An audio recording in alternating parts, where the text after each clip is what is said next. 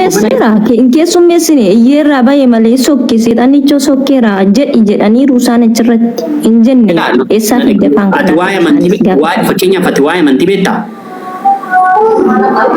Waa tokkoon sitti hima. Inni fakkeenyaaf maqaa Yesuusiin bahi jedhee get out jedhee ifata miti seetan maqaa Yesuusiin jedhee. Maqaa Yesuusiin jedhanii seexana baasuun akka dogongora ta'e wangeela irraa sitti agarsiisu. Hin amantaa? Eeyyee natti agarsiisi dogongora taana. Raajonni sobduu ni jedha. Sitti himaa dhaggeeffadhu. Raajonni sobduun maqaa keetiin jedha. Hafuurota hamootaa baasneerra. Dhaggeeffadhu. Hafuurota hamootaa baasneerra na jedhu guyyaa boorii. Guyyaa boorii fuuldura koo dhufanii hafuurota hamootaa baasneerra na jedhu. Ani immoo ifattiin isaan ifadhaa yaa warra hamtootaa ija koo duraa badaa jedheen isaan ifadhaa jedha. Maqaa inni iddoo jedhameef qaba dhaggeeffadhu. Maaliif akka jedhame beektadhu sana? Ayyee wangeela naa baasi waliin jedhameef natti himtaa. Wangeela Maatewos boqonnaa 7:21-23 naa dubbisi baase. Qabdamni macaa? Qaba garuu na bira hin jiru ammatti. Ani siifin dubbisaa dhaggeeffadhu kun. Waliin jedhameef immoo bakka irraa hiiktee fiddee bakka irraa hiikte kana naaf kennita. Wangeelli afaan Oromoodha mini garuu hiika biraa qaba. Kanuma sitti dhufe hin dubbisan. Atama waliigala sirrii godhe dhaarta mitiiree arrabsuun sirriidhaa dhaarta amantii namaa. Lakki arrabsuun sirriidhaan jenneen yoo arrabse ta'e kaa yoo arrabsine ta'e dhugaa jirtu maaliif? Viidiyoo sana dhaggeeffattee taati jalqaba. Ati dhaggeeffattee Maatewos boqonnaa 7. Argeera. Okay, sirrii godhe mitiiree? Argeera garuu jechuudhaan akka koo tokkotti akka nama tokkotti gocha kana mormeera garuu isa morme utuu hin taane ishee akkas jette sana morme. Ishee akkas jette mormite wantichi dogongora moo dogongora miti? Gabaabaa. Maal godhe reenni irraa dhattee hiyyite? Waldaa eenyu? Seexanadha kaniif. Ishee xiyya ta'ee seexana ta'e maalan beekan isa kana? Subhanallah maqaa seexanaadha. Galatoon ishee amma dhaggeeffadhani waan kana qofan sitti agarsiisee si xumura. Maaliif jennaan dhaggeeffadhu rakkoon qabu walitti gadi yaananni kun hin dhiba. Isa kan akkatti walitti nu beenno. Kan kutoon gadi haa gubatu jedhan beeytu haati koo. Viidiyoo kana bichaa qofa sheer godhaa sin akkatti walitti gadi baanu beenna. Maatewos boqonnaa 7:21-23 dhaggeeffadhu. Ani immoo yeroo sanatti matumaa ani isin hin beeku isin yaa warra hamaa hojjettanii ija koo duraatii badaa jedhee mul'atatti isaan ifatee jedha.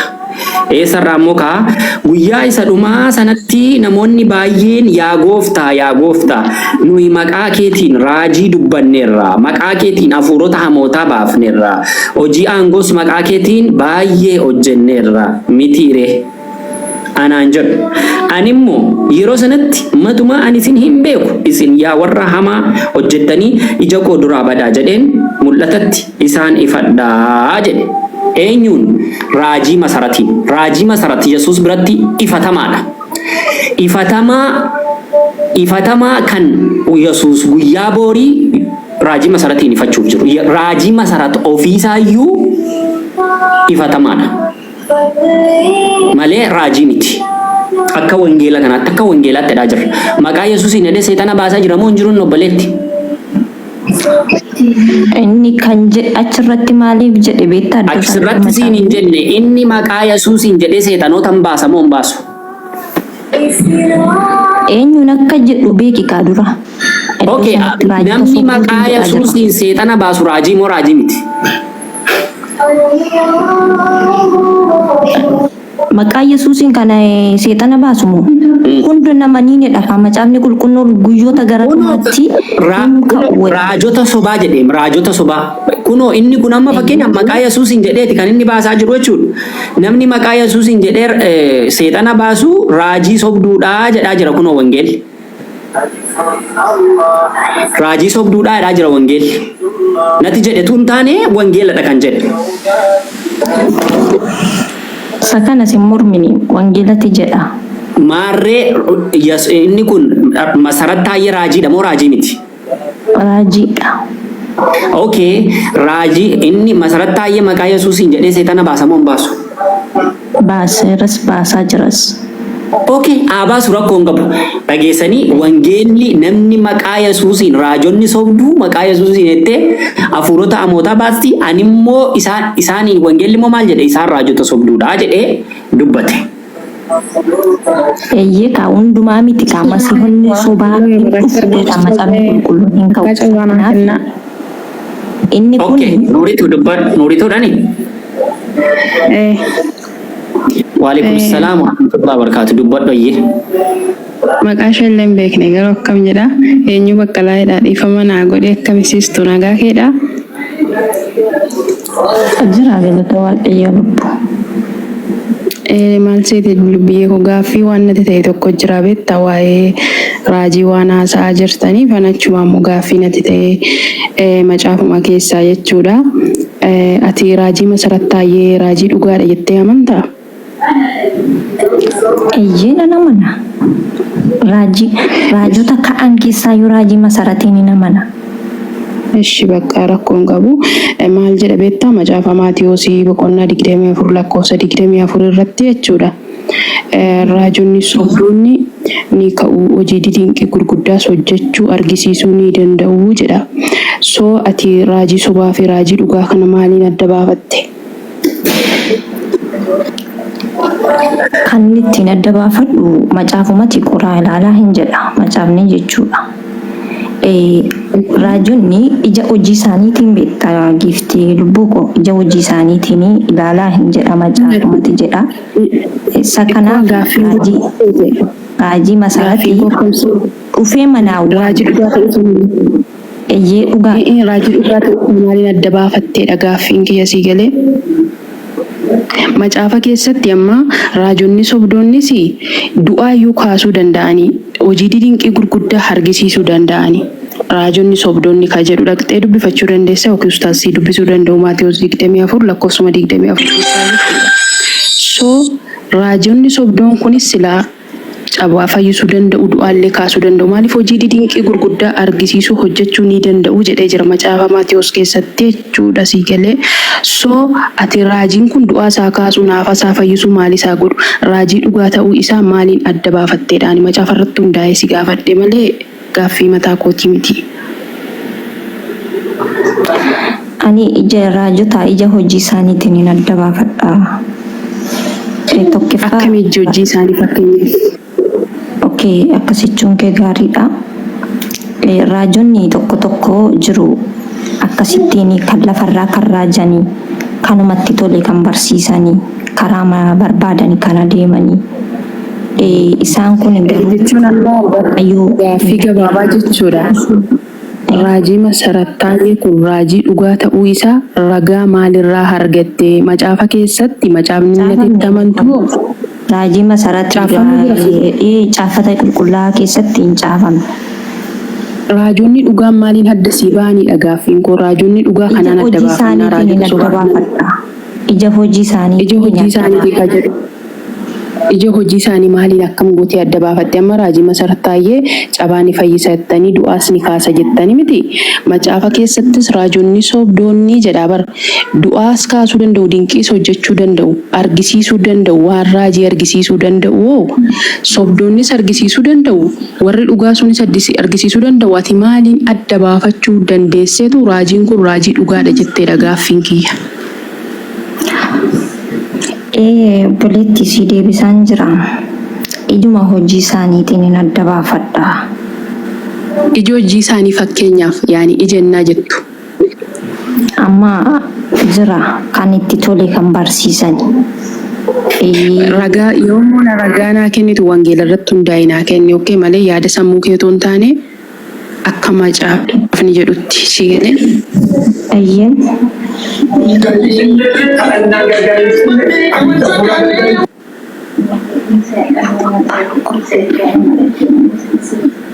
Godhe irratti fufa. Roobota eenyu? Dhagaa jirta. Gaaffiin koo siin ija hojii isaanii hojjetu barama fakkeenyaa.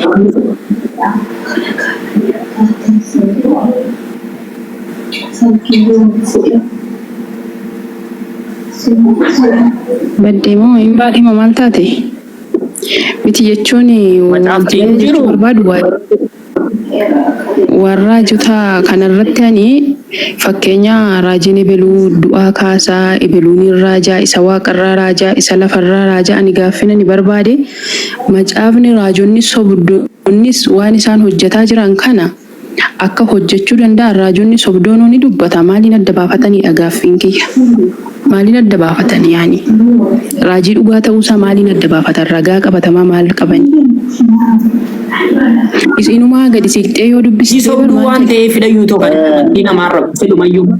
Ustaaz Ahmad. Tole.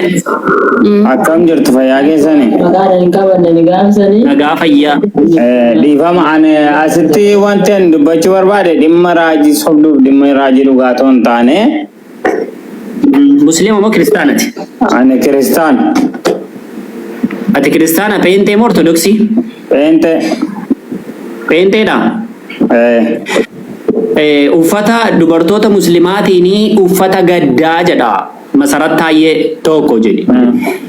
Namoota diraamaa hojjechiisaa wanni keessatti jechuudha. Mana wanni isaa keessatti bakka waldaa araaraa keessatti wanti inni jedhu yoo agarte ta'e viidiyoo hojjedhee TikTok irratti gadi gadhiiseera. YouTube isaarras dhattee argachuu dandeessa. Wanta inni hojjetu jechuudha. Islaamummaa irratti yeroo hedduu xiyyeeffate. Sirrii godhe moo sirrii miti? Ayyee galatooma gaaffii keessanii akkanatti futte akkan argetti tokkoffaa akka kiristaanotaatti wayyaan bifa gurraacha qabu wayyaa warra gadda qabaniiti tokko muslimmi immoo dhiifama na dhaggeeffadhu ka na dhaggeeffadhu gaaffii nan si gaafadhe qofa naa deebisatti. Nan xumura yaada inni jedhe sirriidha moo sirrii miti? Gabaabaa dubbii. Jechuun akkaataa isin itti hiikkatanitti sirrii ta'uu dhiisuu danda'a. Danda'a miti. Wayyaa bifa gurraachaa sun bifti gurraachi hundi keenya yoo akka amma wallagga akka keessanitti ustaas anis akkuma keessa wallagga mitiire uffanni aadaa wallaggaa maltee qaba miti. No, uffanni aadaa wallaggaa maltee tokko qaba. Dhiifama ka. Waan itti gaafadhu qofa naa akkuma isin gaafatan gaafii qofa naa deebisi. Si gaaffii koo qofa naa deebisi dhaggeeffadhu. Balee warri kiristaanotaa yeroo bete kiristaanii deeman uffata namoota baalageedha yoon jedhe. Yoo muslimoota biratti uffanni sun akka uffata baalageetti ilaalama ta'e ani akkas jechuun qaba. Miti. Na dhaggeeffadhu akkas jechuun qabaan si jedhe. No. Jechuun qabdan.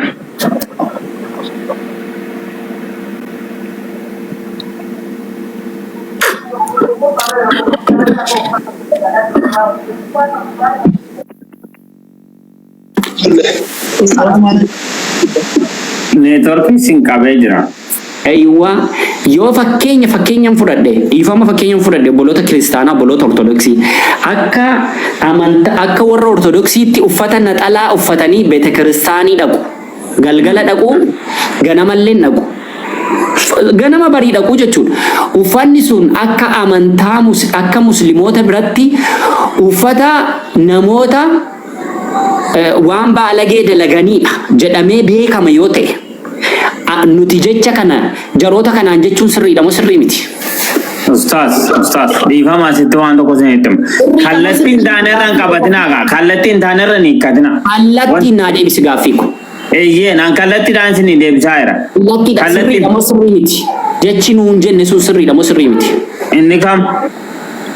Uffata warra ortodoksii isaan uffatanii beete kiristaanii dhaqan uffanni kun uffata warra baalagootaadha yoon jedhani. Muslima ta'a. Miti kaa hin jiru uffata baalagootaa miti beeka. Barraa'illee hin jiru akka jedhe. Ayyee wayaan shaashii musliimoonni uffatan abayaa maal maqaan isaa jilbaaba dubartoonni muslimaa uffatan jilbaabni gurraachi sun uffata gaddaa jedhuunoo yakkamoo yakkamiti. Wayyaa gurraachi akka kiristaanaatti wayyaa gaddaate ustaas. Okay, akka muslimootaatti sirrii bu'imee gaddati. Kanaaf ofitti deebuu si barbaachisa. Sorry. Elaa dhaggeeffadhaa. Agartanii? Akkasitti hin dubbatinaa ustaas. Amma ani koosi dhaggeeffataa hin jiraa? Sorry. Si duukaa osoo hin danda'u. Dhiifama naa godhe. Tooleesh rakkoon qabu buusa. Gadi bu'i afuma kee. Si duukaa osoo hin danda'u. Gadi buusa warri modiitar dhaggeeffadhaa. Elaa agartanii? Irra deebee isinitti dubbadha. Namittiin masarattaayyee jedhamtu kun namittiin baalageen safuu hin beekne amantaa namaaf kabaja hin qabne sanuu nama amantaa ta'a nama amantii ta'a raajii jedhama nama dura dhaabbattu yeroo hedduu amantaa islaamummaatti qoosa. Ofirraati deebisuu qabna akka islaamaatti. Ani waan hin danda'u gochuun qaba seerri Itoophiyaa keessaa yoo seerri amantii wal qixadhate namni kun seeratti dhiyaachuu qaba. Amma namichi salaaleen maaloodha jedhe sana gadi miti yakkichi. Tokkuma sana duukaa garaagarummaa hin qabu. Amantiin immoo sanaa olidha iyyuuti. Amantiin biyyaa olidha, lubbuu olidha. Musliimoonni waan kanarraa callisuu hin qaban, mootummaan waan kana hojiirra oolchuu qaba. Majlisni waan kanarratti hojjechuu qaba. Nuti warri musliimaa qoftuu naasuna kanarraa obboleetti dhiifama waliin ati nuu bu'i obboleetti kiristaanaa as keessa jirtu nuu bu'eeti.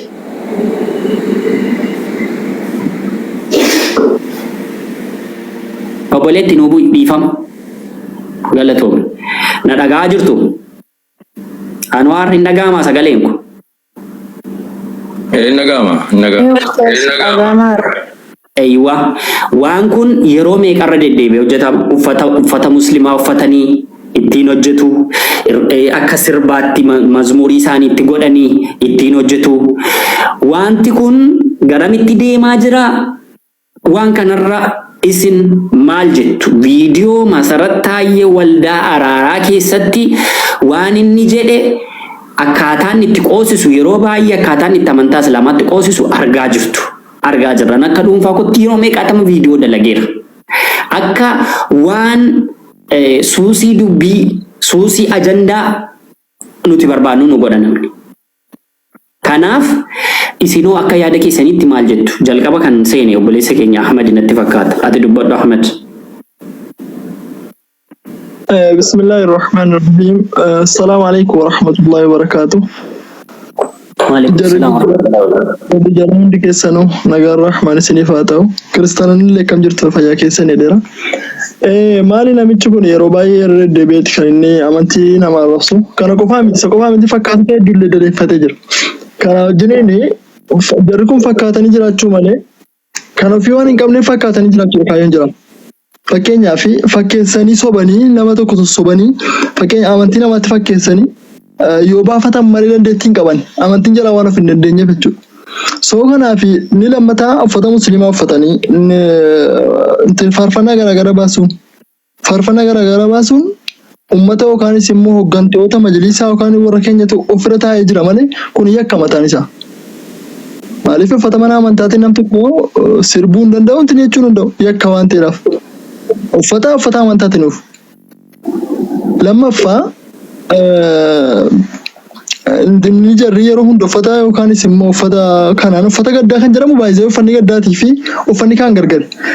Jilbaabni niqaamni uffata waliigalaa walitti jiru. Uffanni gaddaa namni tisheertii tokko uffannaan aan tisheertii gurraacha hin uffanne uffata gurraacha uffattee jirti tanaan jechuu danda'a. Uffata musliimaa ta'uu beekaa, adda baafatee beekaa, niqaaba ta'uu beekaa uffata gaddaadhe kan inni dubbachaa ture. Kan inni jala dubbachaa ture kanadha. Uffata jala warra gaddaa shanuu. Irree deebi'eet kan inni dubbataa ture jechuudha. Kana qofaa miti waa hedduu dubbachaa jirani. Kana rakkoo warruma garoolii kana jiran ta'uu danda'a. jalas rabbiin itti kaasu jechuu barbaadan illee asumatti sirra gabaabsa. Gara biraatiin waan tokko isinii kenna. Waan inni fakkeenya meteoroloojii ilaalee dhufee warri kiristaanaa shawwadamina. Saayintifikaalii waan inni dhufee isinitti himu nu gaafadhaa otoo inni dhufee isinitti himee isinii kenna. Anuu isinii fakkeenya akkas taana. Anuu raajii isinii ta'a. Raajiin booda Nabii Muhammad sallallahu alaihi wasallam hin jirudha malee meteoroloojii ilaalee dhufee fakkeenyaa fi environmentii ilaalee dhufee waan waggaa kanaa ta'u waan waggaa kana lamman kanaa ta'u saayinsiidhaan bira geessitti bira danda'a. Mamma fakkeenyaaf jinii guyyaa kana waan akkasii taa'ee dubbachuu ni danda'a saayinsiidhaan bira ga'e. Barbaachisa sana isinii kennuu danda'a. Intinni isaa kana meetirii isaa kana isinii kennuu danda'a. Kana dubbisee dhufee ilaalee dhufee bara kana roobnachitti rooba bara kana roobnachitti soba saayinsii intinni dubbisee dhufee yaa jamaa wajjin hin maraatina. Soba waan saayinsiin dubbisee waan qoratee fidedha malee waan inni dubbatee argee dhufee jiru. So waan akkasii warri kiristaanaa isin hin goominaachuu gara keessanii isin hidhama. Salaamad itti fufa. Galatoomiyyee ulfaadho. Laa ani wanti na gubu yeroo kaan uffata gaddaadha. Har'a immoo dubartii fidee diraamaa hojjechiisa. Viidiyoo sana yoo agartanitti ta'e jechuudha. Diraamaa hojjechiisa. Laa ilaaha illallah astaghfirullah Muhammadur Rasulullah jetti isaa fidde afaansa kana jedhee akka isa muslimni biyya ani waan biraa miti wanta na dhibe betta akka Nabi Muhammad intala kanatti waan biraa miti bar wanti si gubu ko akka waan Nabi Muhammad intala kanatti xonqolanii taasisaa jira bar akkasitti dhabar kan isaan dhiyeessanii wanni sana diraamaan sun akkaataan itti dhiyaate akkaataan itti fiilmiin isaa fiilmicha akkaataan itti hojjetame Nabi Muhammad akka waan siirii itti hojjetanii akka Allaan siirii itti hojjete okay Nabi Muhammad duniyaa kanarra hin jiran salawatu rabbi wassalamu alayhi akkamitti siirii itti hojjetan akka waan seexan isheen kun amma seexanitti keessaa ba'etti sababni inni akka kanatti sammuu qabsiiseera sammuu jaraa keessatti seexanatu ishee keessa jira seexana Muhammad Rasulullah jedhu seexana astaghfirullah jedhu agartanii seexana maqaa rabbii dha'u akkasidha isinii galee seexanati keessa jira seexana keessaa baaseedha jedhaa jiru jarallee akkasitti hubachiiseera jarrillee akkasitti hubataniiru yoo majlisni waan kanarraa callisee taa'e nuti callisnee ilaaluu qabna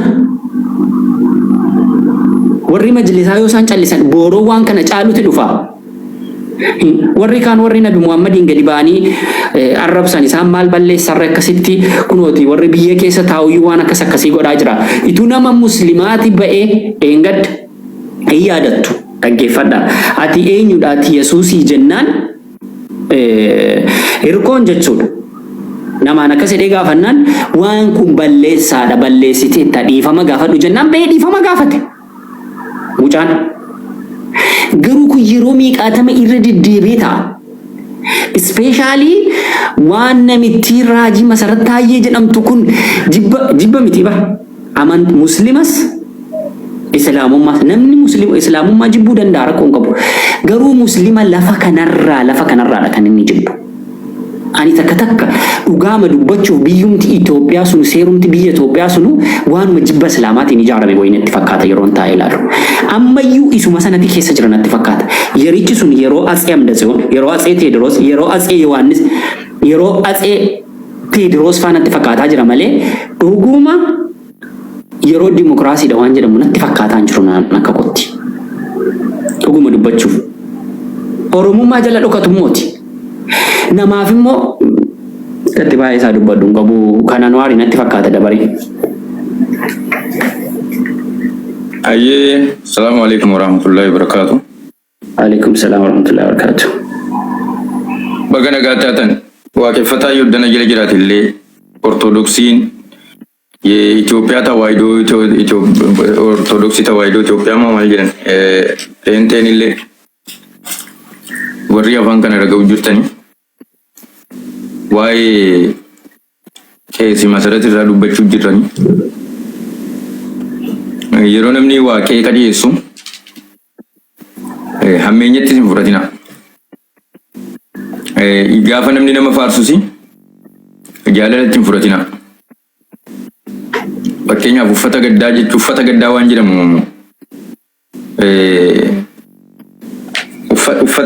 uffati gaddaa kun uffatuma gurraacha qofa. Dhimmi uffata gaddaa jedhame kun asilii dhumti uffata gaddaa waan jedhamu poolitikaa wayinatti fakkaatti. uffatuma gaddaa jedhanii uffata gurraacha uffachuuni poolitikaadha siyaasa jalqabumti ishee asiliidhumti ishee jechuudha.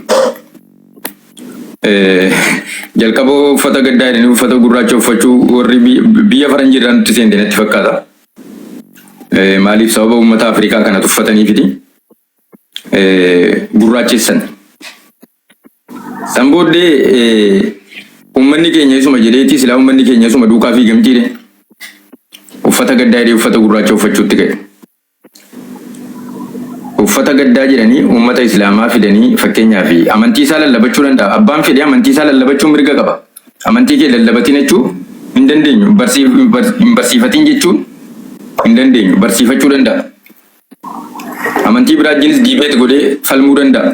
Akkuma ammatti jedhamu jechuudha. Raajii yookiis obbo Masarat qofa miti jechuudha wanta kana irratti kan bobba'ee jiru. Qaamolee hedduutu islaamummaa arrabsuudhaaf, islaamummaa xiqqeessuudhaaf, amantaa islaamaa irratti bobbaasuudhaaf gamaa gamana hin qabu, gurraachaa fi adii hin qabu, arabaaf ajama hin qabu. Har'a hin jalqabne. Dur irraa kaasee jalqabee jechuudha.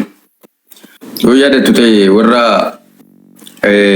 ambaasaadara Qurayshii tokko kan ture yoo yaadattu ta'e ololanni islaamummaa irratti geggeessaa ture.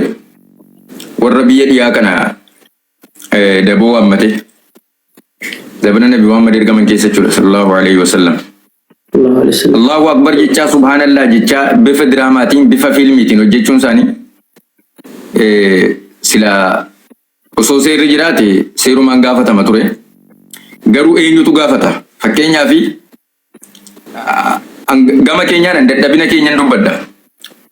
Negatiifa keenya jechuudha. Negatiifa majlisaa warra majlisaa irra jiru. Gubbaa irraa ka'ee federaala irraa ka'ee haga gandaatti warri maqaa majlisaatiin taa'u kaabinootaa fi kaadiroota haqa rabbii walitti himna. Waan mootummaan jedhe qofa jedhu. Waan mootummaan hojjedhu jedhe qofa hojjetu. Haqa rabbiiti. Siyaasatti immoo hiikadhaati achi jalaatti hirkanaa takka immoo. Yoo falatanii falataa mataatti cabsanii walitti mawwayyaa. Yakka gurguddaatu biyya sana keessatti ta'aa jira maqaa amantiitiin. Majlisni federaalaa, majlisni islaamaa irraa bahee dubbatee beeka. Dubbatee hin beeku. Hojiin isaa maali? Mootummaa faarsuudhaaf kursii ofii tikfachuudha. Mootummaa faarsuu fi kursii ofii tikfachuu qofa.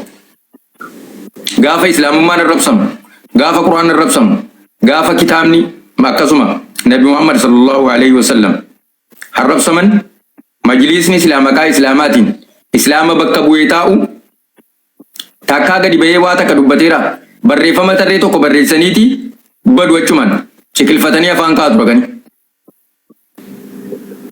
Amiira sila hooggana hawaasa fuuldura jira. Rakkoo hawaasaa gadi bahee dubbisee rakkoo kana furuurra ittumaa rakkoon akka bal'attuuf ittumaa rakkoon akka baay'atuuf daandii saaquu ta'ee jechuudha. Yoo jirtan na dhaggeeffadhaa miseensonni majlisa Itoophiyaa keessanii kaabinoonni fi kaadiroonni isaanis an majlisa islaamaa bakka bu'anii uummata islaamaa bakka bu'anii hin jedhu. Kursii ofii tikfachuudhaaf mootummaa faarsuudhaaf achi ta'an malee wanni biraan takka hin jiru. Islaama amantaa islaamaa qabu walumaan salaatuu jirra walumaan masjida dhaquu jirra aangoo qabu aangoo kana maaliif akka isaan aangoo kana qabatanii kursii sana irra ta'an isaanii yoo of wallaalanii jechuudha. Wanna biraatiin tokkoffaarra jiru wanta bubuutuu faayidaa hin qabne irraa dubbachuudhaaf sadarkaa jalqabaarra jiru.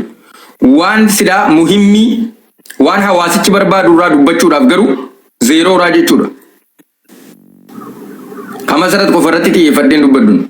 Ko protestaantii waaqeffataa maal irratti xiyyeeffadheen dubbaddu. Wallahi miiseejii keessaan ani dhimma amantii kanarraa irraa dubbachuu irraa dhaabeen ture.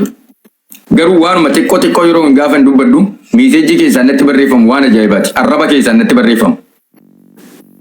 Garuu wanta kanarraa hin dubbaddu jettee yoo dhiifte ganaa wanta bal'aatu achas deema. Okay, qeerroo fi yoon isinitti dheeresse dhiifamu.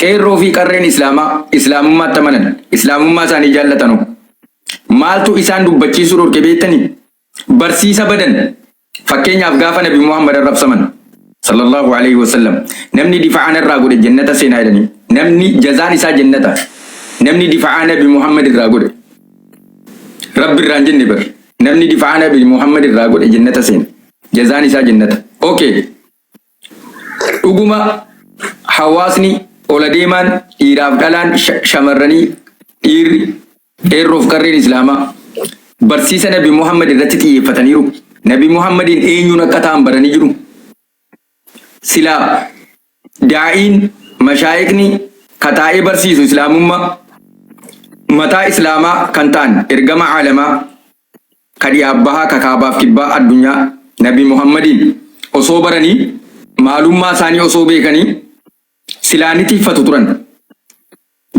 turan nageenyis ni dhufte ture har'a yoo ati kaatee siiraa nabi Muhammad haala jiruuf jireenya isaanii haala isaan keessa turan haala isaan barsiisaa turan akhlaaqa isaanii adeemsa isaanii bultii isaanii jiruu isaanii daddala isaanii qonna isaanii jaalala yookiis mahabbaa isaanii yoo tikaaftee nan barsiisaa jette sheekuma isa sibira taa'utu sitti galagalee marfeetti jira maaloo suufiyaa taate mushrika taate akkas taate shi'aa taate maqaa sitti maxxansa daa'iin islaamaa keessuma ifa manaa godhaa isinirra hin beeku bakka quuqaa bakka negatiifa keenyaan dubbadha har'a silaa qeerroo fi qarreen islaamaa nabi Muhammadin beekanii nabi Muhammad tuqamuu hin danda'an ture silaa dachii kanaaf samii kanatu walitti girrisa ture dhugaan bakka argata hawaasni nageenya argata hawaasni kamiyyuu hawaasa islaamaa qofa miti bar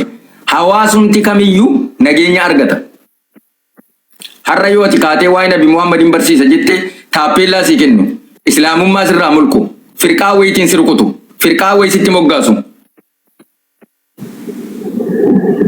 maaliif wanta kana ni hiikkattu ni beektu kanaaf nabi Muhammadin har'a fakkeenyaaf hawaasni keenya yoo ka'e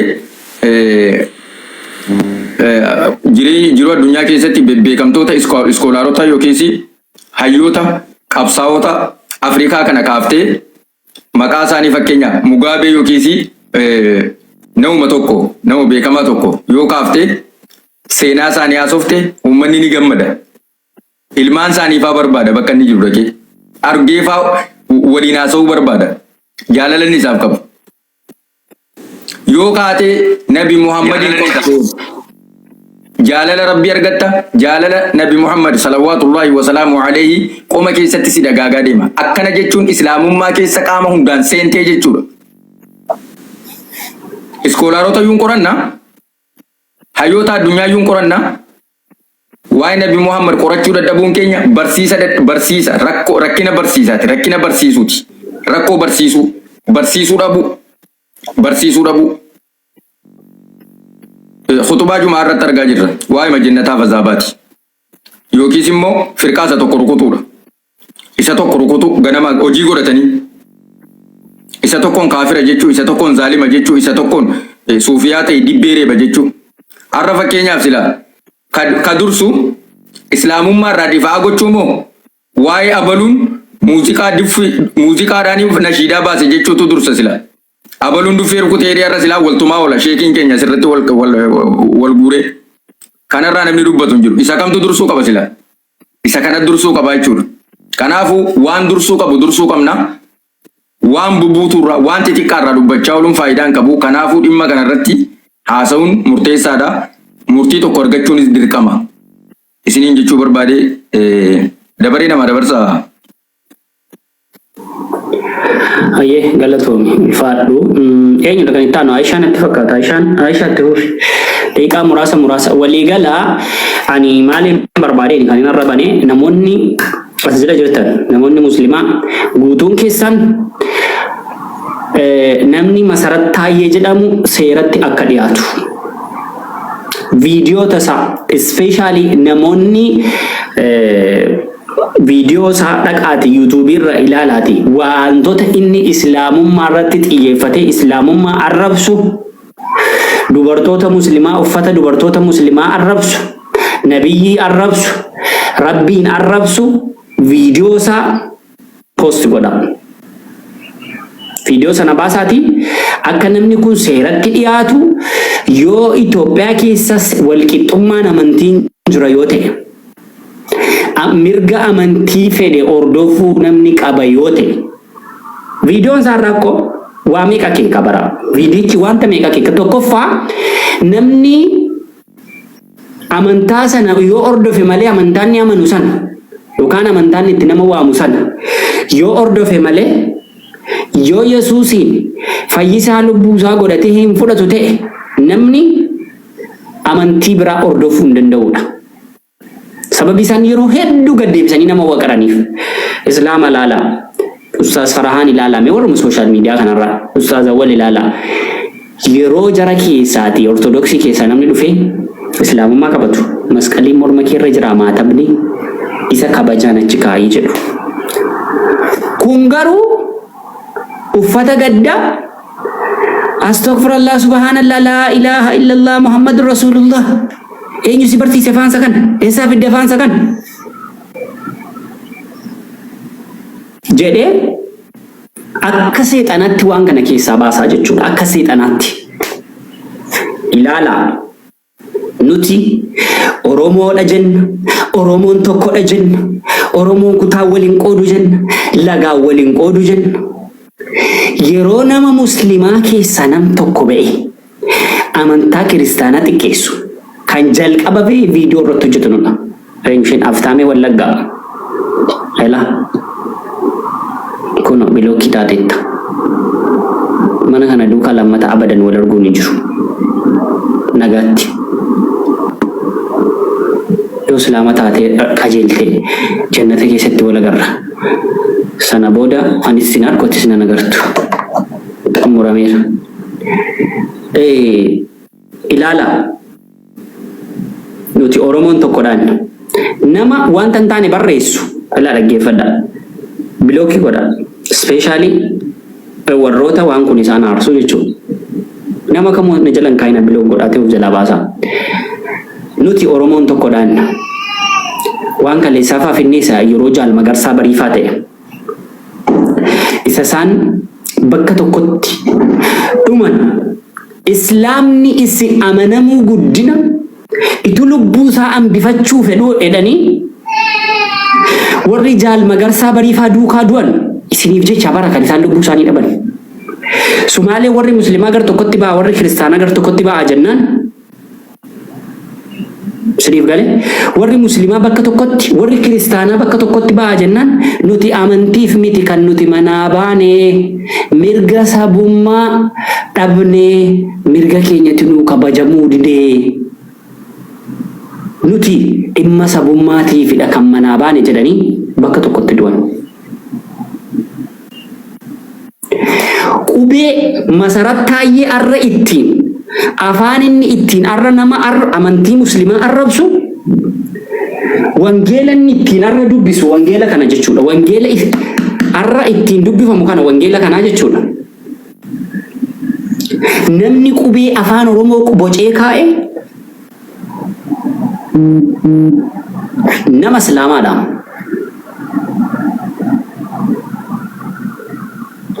Silaati ituu muslimoonni Oromoon jiran ta'eeti wangeela duukaas waliin beektan pheenxees hin taatan. Pheenxummaas hordofuu hin dandeessan. Muslimoota Oromooti nama sin godhe.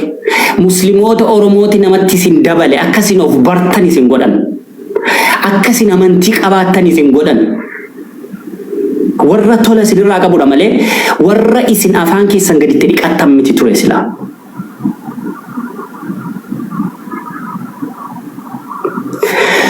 Oromiyaan biyya Oromiyaan iyyuu akkasitti akka isheen jiraattuuf warri aarsaa kaffale jalqaba warri aarsaa kaffale musliimoota Oromooti.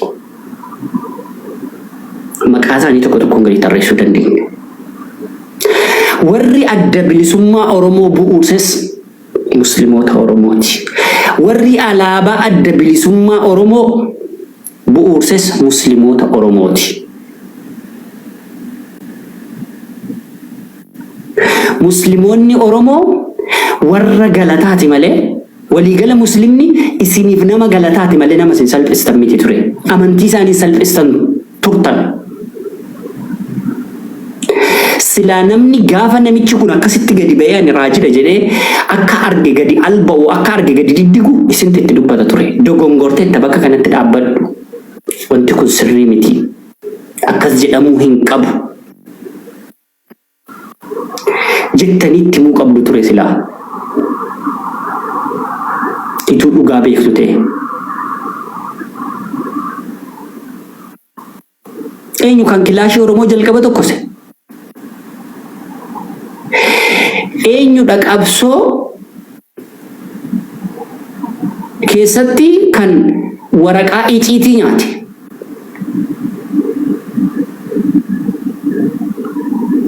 Eenyudha kan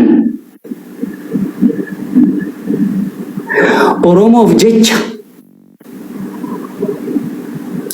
ituu aangoo guddaa qabachuu danda'u aangoo sana hunda dhiisee lubbuu isaa tokkitti qabu Oromoof laate.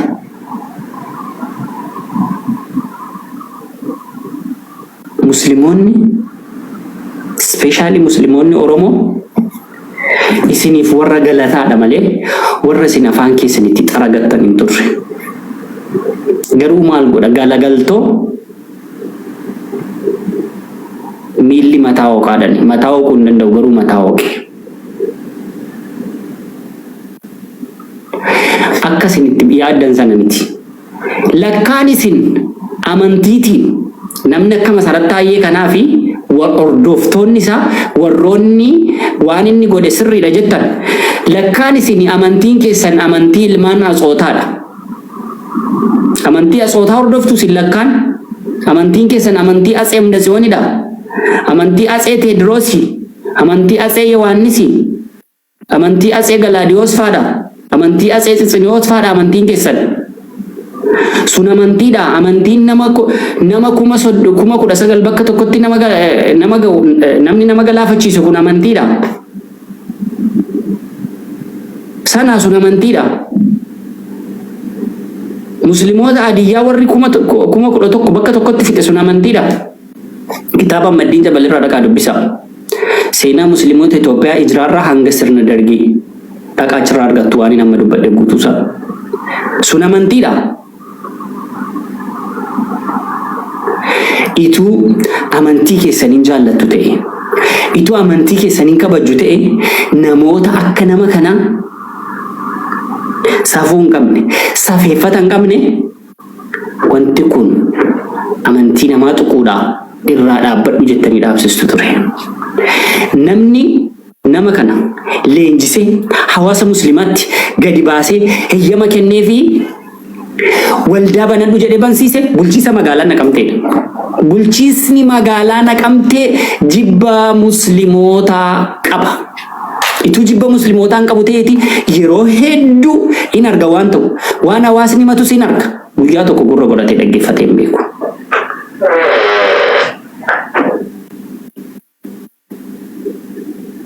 Alaa kulli haaliin bitaanis yaabamu mirgaanis yaabamu walga'iin kooraadhaa jedhan. Never islaamummaa tuqee milkaa'uu hin danda'u nam tokkoyyuu. Masarat Taayyee mitiiti warri isa duraayyuu milkaa'anii hin beekan. Kana booda immoo walirraa gadi hin buunu.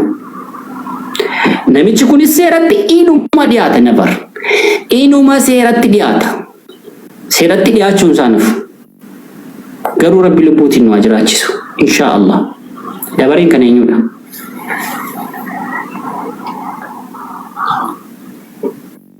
Aisha. Dubbattu Aishaan eenyu kan itti aanu Aminaadha moo Itiyoodha moo eenyudha yaada dabbaasa dhiifama. Komentii maaf cuftan? Yeroo isaan barreessan bilookiin gootan maal sirrakkise? Cufina komentii. Bana komentii warra cuftan leesh cuftan. Banaa fi